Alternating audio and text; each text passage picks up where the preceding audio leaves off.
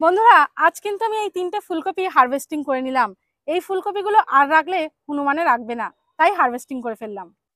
নমস্কার বন্ধুরা, আমি শর্মিষ্ঠা। আশা করি আপনারা প্রত্যেকেই ভালো আছেন, সুস্থ আছেন, নিরাপদে আছেন। আর অতি অবশ্যই দেখছেন আপনাদেরই পছন্দের YouTube channel gardening and daily blog with Sharmistha. বন্ধুরা, ফুল বাগানের ফুল তো প্রচুর ফুটে রয়েছে, আপনারা দেখতে পাচ্ছেন। তার আপডেট আমি আপনাদের সঙ্গে শেয়ারও করি। আজ আমি আপনাদের সঙ্গে শেয়ার করছি সামনেই যেটা দেখতে পাচ্ছেন ফুলকপি। দেখুন, আমি এবছর ছাদ বাগানে কত সুন্দর ফুলকপি ফুলিয়েছি। এই ফুলকপিরই আজকে সম্পূর্ণ পরিচর্যা নিয়ে আপনাদের সঙ্গে আলোচনা করব। আশা করব আপনারা পরের বছর ছাদ বাগানে অনায়াসেই ফুলকপি চাষ করতে পারবেন। তাই ভিডিওটা স্কিপ করবেন না, মনোযোগ সহকারে সম্পূর্ণ দেখবেন। সবার প্রথমে বন্ধুরা, আগে আপনাদের বলি এই ফুলকপিগুলো কতদিন পূর্বে আমি প্রতিস্থাপন করেছি। এই যে ফুলকপির সাইজগুলো দেখছেন কি সুন্দর হয়েছে, সম্পূর্ণ জৈব পদ্ধতিতেই ফলিয়েছি। আমি এই ফুলকপি গাছগুলো নভেম্বর মাসের সেকেন্ড উইকের দিকে বসিয়েছিলাম। চলুন আপনাদেরকে দেখাই এই গাছগুলো কত টাকার বিনিময়ে কিনেছিলাম এবং কতটা ছোট অবস্থায় কিনেছিলাম। এখন আপনারা দেখছেন গাছগুলোকে, দেখতে পাচ্ছেন তো কত ছোট। এইরকম অবস্থায় আমি নার্সারি থেকে কিনে এনেছিলাম। সত্যি কথা বলতে নার্সারি নয়, সকালবেলায় বাজার করতে গিয়ে রাস্তার ধারে যারা সবজির গাছ নিয়ে বসে তাদের থেকেই নিয়েছিলাম বেশ কয়েকটা ফুলকপি আর বাঁধাকপির চারা। সেই গাছগুলোই আজ বড় হয়েছে আর কত সুন্দর ফল ধরেছে, আপনারা তো দেখতেই পাচ্ছেন। যাই হোক বন্ধুরা, গাছগুলো প্রতিস্থাপন করেছিলাম কিন্তু আমি ডাইরেক্ট এই 10 ইঞ্চির গ্রো ব্যাগে। আপনাদেরকে সেটাও দেখিয়ে দিলাম। প্রতিস্থাপনের প্রায় 10 দিন আমি এমন জায়গায় রেখেছিলাম যেখানে সকালবেলায় 1 থেকে 2 ঘন্টা রোদ থাকে, এইরকম জায়গায়। তারপর গাছগুলোকে 1 ঘন্টা 2 ঘন্টা করে রোদ খাইয়ে খাইয়ে পরবর্তীকালে বড় করেছি। এখন আপনারা যে আপডেটটা দেখছেন, এটা প্রায় গাছটি প্রতিস্থাপনের 15 দিনের পরের আপডেট।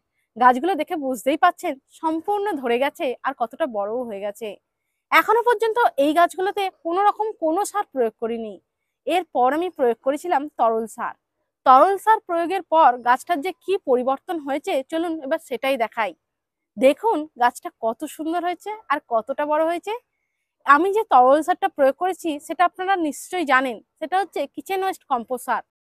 সেই কিচেন ওয়েস্ট কম্পোস্ট সারই প্রয়োগ করে গাছগুলোকে আমি এত বড় করেছি। আর নিয়মিত প্রতি সপ্তাহে গাছটি প্রতিস্থাপনের 10 দিন পর থেকে নিম তেল প্রয়োগ করে গেছি।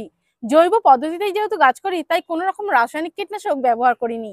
আপনারা যারা আমার মতো নিতান্তই শখে ছাদ বাগানে সবজি গাছ চাষ করছেন, অবশ্যই নিম তেল গাছে প্রয়োগ করবেন। জৈব পদ্ধতিতে গাছ করলে কিন্তু সেই ফলের টেস্টও আর সবজির টেস্টও আলাদা হয়। আমরা তো কিনে টাকা দিয়ে খেতেই পারি সবজি, সেগুলোর অধিকাংশই কিন্তু রাসায়নিক কীটনাশকই ব্যবহার করেন চাষি বন্ধুরা। যাই হোক, সেসব কথা বাদ যাক, চলুন এরপর কী পরিচর্যা করছি আমার কপি গাছগুলোর সেটাই এবার দেখে নেওয়া যাক। এখন এবার সময় হয়ে গেছে এই গাছগুলোর মাটিতে কিচেন ওয়েস্ট কম্পোস্ট সার এবং ভার্মি কম্পোস্ট সারের সঙ্গে মিক্সার মিশিয়ে প্রয়োগ করার। আপনাদের সঙ্গে তার আপডেটও আমি শেয়ার করেছি। যখন তরল সার প্রয়োগ করেছি যেমন তার আপডেট শেয়ার করেছি, তেমনি এই মিক্সার প্রয়োগ করছি যে তারও আপডেট আমি শেয়ার করেছি। যাই হোক, সেই ভিডিওগুলো যদি না দেখে থাকেন তাহলে এই ভিডিওর ডেসক্রিপশানে লিঙ্ক দিয়ে দেবো। আপনারা অতি অবশ্যই কিন্তু জৈব মিক্সার বাড়িতে তৈরি করবেন যে কোনো গাছের গ্রোথকে সুন্দর করার জন্য। জৈব মিক্সার আমি কীভাবে তৈরি করি সেই ভিডিওর লিঙ্কও আমি দিয়ে দেবো। তবুও আমি এক ঝলকে বলে দিচ্ছি, নিমঘোল, শিংকুচি, হাড় গুঁড়ো, ভার্মি কম্পোস্ট এছাড়া আরও অন্যান্য উপাদান মিশিয়ে কিন্তু এই কম্পোস্ট সারটা তৈরি করেছি। দেখতেই পাচ্ছেন কত দিনের পুরনো, প্রায় 5-6 মাসের পুরনো বলে এত কালো হয়ে গেছে। বন্ধুরা, এই জৈব মিক্সারটা আমি প্রতি 10 দিন অন্তর অন্তর টবের মাটিতে দিয়েছি। তাই আজ ফুলকপিগুলোর সাইজ এত সুন্দর হয়েছে এবং গাছগুলোও এত বড় হয়েছে।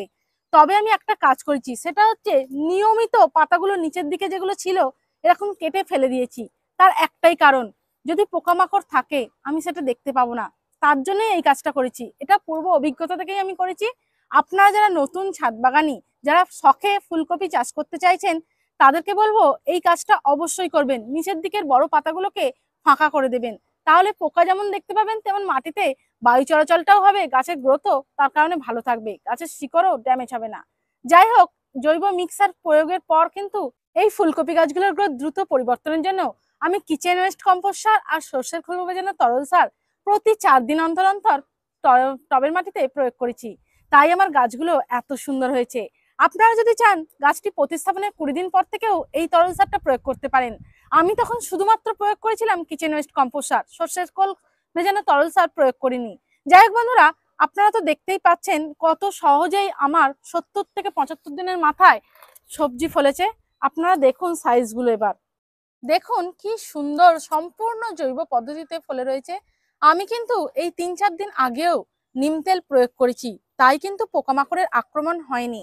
যাই হোক, এখন এবার সময় হয়ে গেছে এগুলোকে হারভেস্টিং করে নেওয়া। এগুলো খাবার মতন হয়ে গেছে, আর বেশি দিন রাখলে কিন্তু হনুমানের উপদ্রবে থাকবে না। তাই এইরকম অবস্থায় আমি এগুলোকে হারভেস্টিং করে নিচ্ছি। আপনারা যারা কপি গাছ চাষ করতে চাইছেন ছাদ বাগানে, তারা অন্তত 75 থেকে 80 দিনের মধ্যেই আমার মতন ফুলকপি ছাদ বাগানে ফলাতে পারবেন। নেক্সট বছরে অবশ্যই কিন্তু ফুলকপি চাষ করবেন। চলুন এবারে ছাদ বাগানের 10 ইঞ্চি গ্রো ব্যাগে থাকা ফুলকপিগুলোকে ধীরে ধীরে হারভেস্টিং করে নিই। আপনারা যখন আপনাদের ছাদ বাগানের ফুলকপি চাষ করবেন এবং কাটার জন্য অতি অবশ্যই ধারালো কাটার ব্যবহার করবেন। আমি এই কাটারটি 350 টাকার বিনিময়ে প্রায় 2 বছর আগে কিনেছি। এখনও কিন্তু আমি প্রচুর পরিমাণে ব্যবহার করি এই কাটারটি। এখনও দীর্ঘদিন এই কাটারটি চলবে। আমি আপনাদের সঙ্গে পূর্বেও শেয়ার করেছি দুখানা কপি হারভেস্টিং করেছিলাম তার আপডেট। আমি এবছর আমার ছাদ বাগানে 7টা থেকে 8টা ফুলকপি গাছ বসিয়েছি এবং প্রত্যেকটাতেই কিন্তু ফসল ফলেছে। বন্ধুরা, এই 3টে ফুলকপি কিন্তু খাবার মতন হয়ে গেছে, তাই আজ আমি ছাদ বাগান থেকে হারভেস্টিং করে নিলাম। সহজ সরল পদ্ধতিতে আপনারাও আপনাদের ছাদ বাগানকে ফুলে ফলে ভরিয়ে রাখবেন। ভালো থাকবেন, গাছ বসাবেন। Happy gardening.